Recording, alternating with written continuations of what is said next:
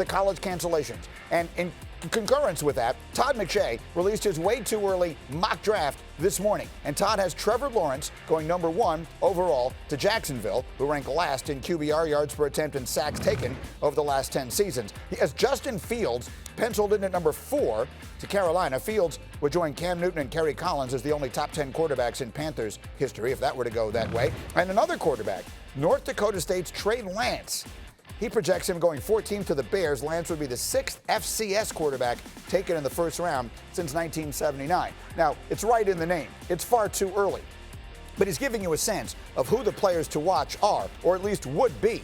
But this top 10 looks drastically different now. 6 of the players currently on the list have either opted out or had their seasons postponed. Most notable among them, of course, is Justin Fields. And McShay joins us this morning along with Tim Hasselbeck, and Lewis is here as we start considering the implications of the decisions yesterday on the draft. And McShay, I will start right there. When you look at Fields and some of the other players involved, how would you describe what yesterday meant to the draft process looking ahead to next year?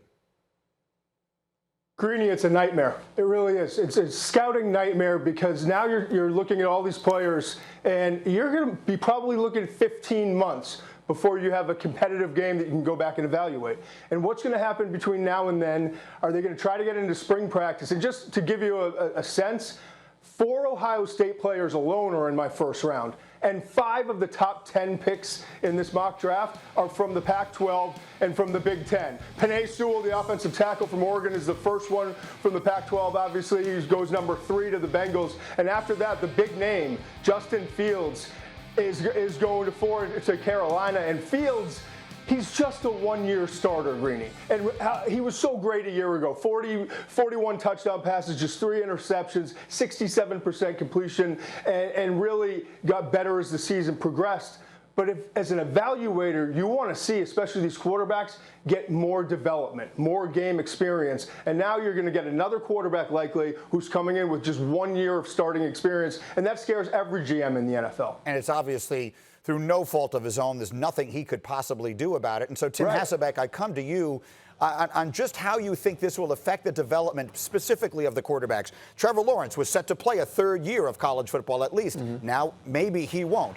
Justin Fields, as Todd just said, set to play a 2nd year as a starter. Now it would appear he won't. How do you think in the long run that affects the development of these young quarterbacks?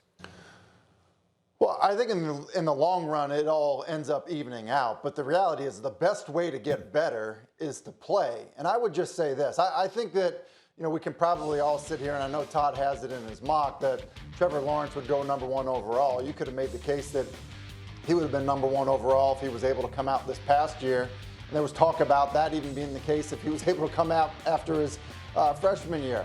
I would just say this. You look at the last 3 drafts. You're talking about Joe Burrow at the top of the draft. You're talking about Kyler Murray and Baker Mayfield. I don't believe that any of those players would have ended up as the number 1 overall pick without their final collegiate season. I just don't think it would have happened. So, yeah, this is not gonna, really affect the guys, the top 60 prospects right now, because I think that's what the scouts are going to have to go off of. But the reality is the guys that could really help themselves are the ones being hurt the most right now, and we've seen it the last 3 years at the very top of the draft. Oh, clearly, a year ago at this time, Joe Burrow would have, I don't know that he would have gotten picked at all. The 5th round grade. Go ahead, McShay, say that again.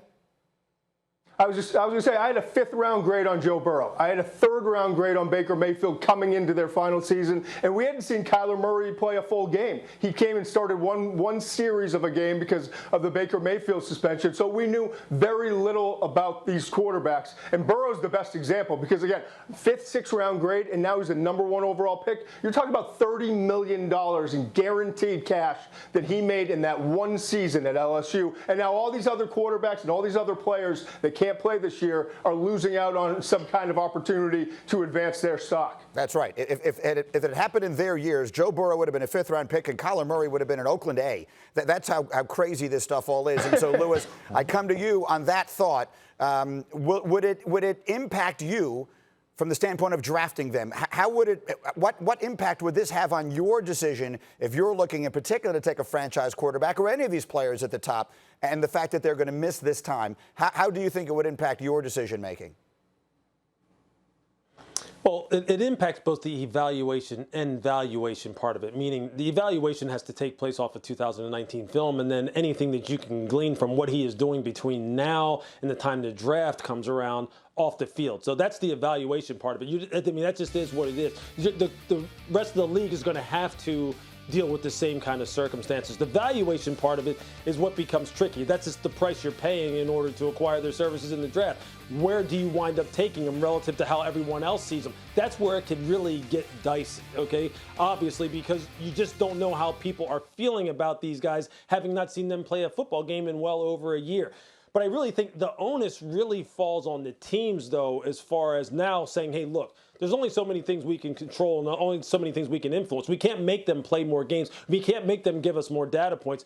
How can we assure ourselves internally, though, that we are zipped up from A to Z to make sure that once we get these players in here, that we can develop them and utilize them as quickly as possible? So how do we make ourselves better? Because the players can't make themselves better. Yeah. The players can't sell themselves to us anymore. So we're going to have to take it upon ourselves, which I think is something that, quite honestly, when it comes to players that succeed and fail, gets lost a lot of times. People a lot of times focus on what can the player do instead of what can the teams do for them. That's what teams are going to have to do. What can we do for them in order to make sure that we get a return on investment that is suitable to us? McShay, if Ohio State and the Big Ten have a spring season, should Justin Fields play in it? Absolutely not. You know, I think it's the craziest concept that anyone's come up with, and I think everyone's just trying to deflect and say, well, maybe we'll play in the spring.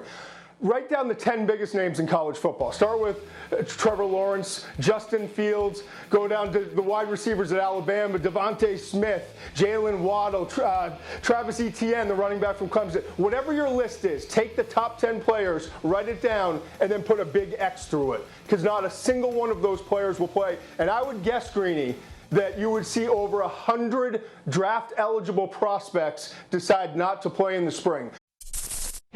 Thank you for watching ESPN on YouTube. For live streaming sports and premium content, subscribe to ESPN+.